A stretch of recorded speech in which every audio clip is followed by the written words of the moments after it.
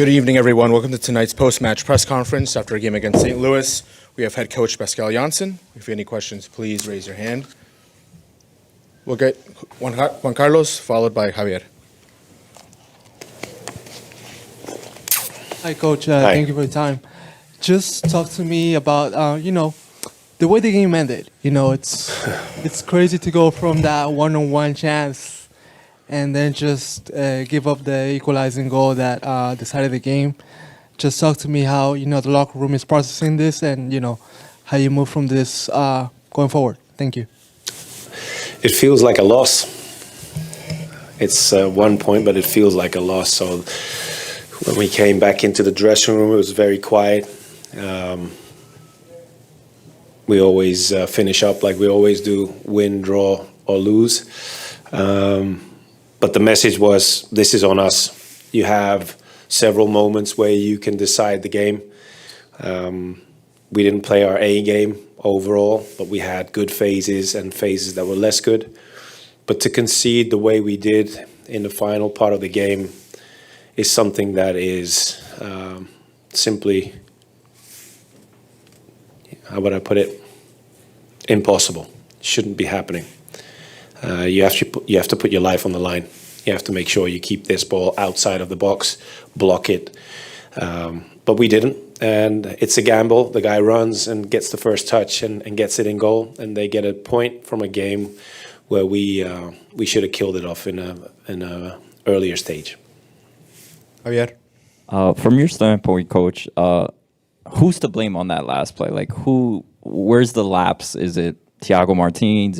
Do you specifically hone in on a player and say, hey, you missed the ball on this one? No, this is on all of us. You could see also, and that's something that already took place in the first half as well. When we are not accurate enough, not solid enough in possession, because you saw multiple moments in the first half also where we lose the easy passes and it becomes more of a transitional game. The phases where you see that we have the control, we're very solid and very clean and accurate in possession.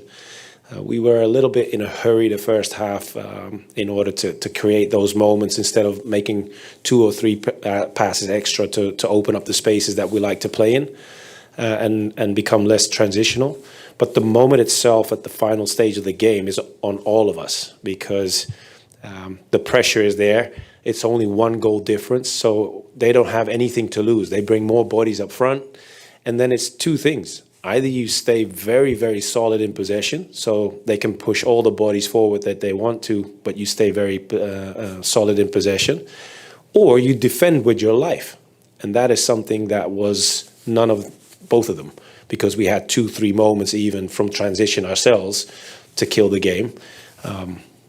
But we kept them alive. Michael? Hi, Coach. Thanks for the time. Welcome. It did seem like after you got the goal, the team kind of took their foot off the gas a little bit and sort of set back and was content to defend rather than try and get those chances that you're talking about. Just wondering where you could talk me through the substitutes, what you were thinking about when Ryan Shore and Gustavo on in those moments. What were you trying to fix there? Yeah, well, that's quite easy. We have Kai and Aiden come back from the national team duty. So they were on the other side of the world playing 2 games for the national team of Australia. Ado played 2 full 90s. The second game was taken off like 5 minutes before the final whistle, and Kai played 1 game, the second game, and 10 minutes in the first game. But it's tough on these guys, and you have to be aware of the fact that they have their duties for the national team also. Kept contact with Ado throughout the game, but his calves were running out of gas, and we had to take him off. Tay didn't play his best game.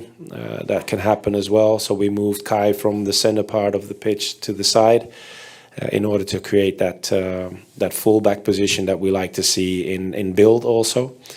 And Keats is still struggling once the hour mark is there. Between 60 and 70, he's still trying to work on his physique and make sure that he is capable of playing longer. So that was the idea behind bringing Johnny Shore into the team. You're welcome. Onto the Zoom, we'll go with Scott. Hey, Coach, how are you? Scott Church from Stream Punk Soccer. Hi, Scott. Hey, thanks for the time. 2 questions, if I may. Jumping ahead a little bit, thoughts on the matchup coming up against Vancouver on the road. And this question, you have no obligation to answer whatsoever. But with Easter coming up tomorrow, do you have any plans? Thanks. My plan tomorrow is to watch a lot of football on TV. That's a simple one. So no worries for asking that, Scott. Vancouver is next weekend.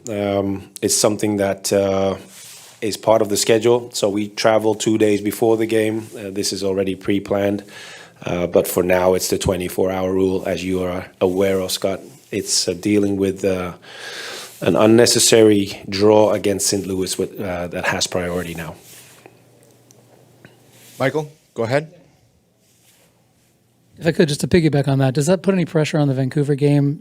These last 2 games at home, just like getting 1 point out of these last 2 games, puts more pressure on the Vancouver game for you? No, not particularly. The pressure is always there for us because we want to play our A game every time. And if you see how the run was until the game against Miami, was pretty decent. It was okay. Miami itself was a very close game. The first half was Miami. Second half, we were a little better. But if you look at the scoreline, you go down early, you come back to against the best team in the league from last year. You go up 2-1, but you concede a very strange goal, the second goal with Messi's free kick. And the third one is a situation where I think, just as today, is something that should not happen to us, how we concede that one. So it's a tough loss against Miami. It's a tough draw, again, today against St. Louis to lose points.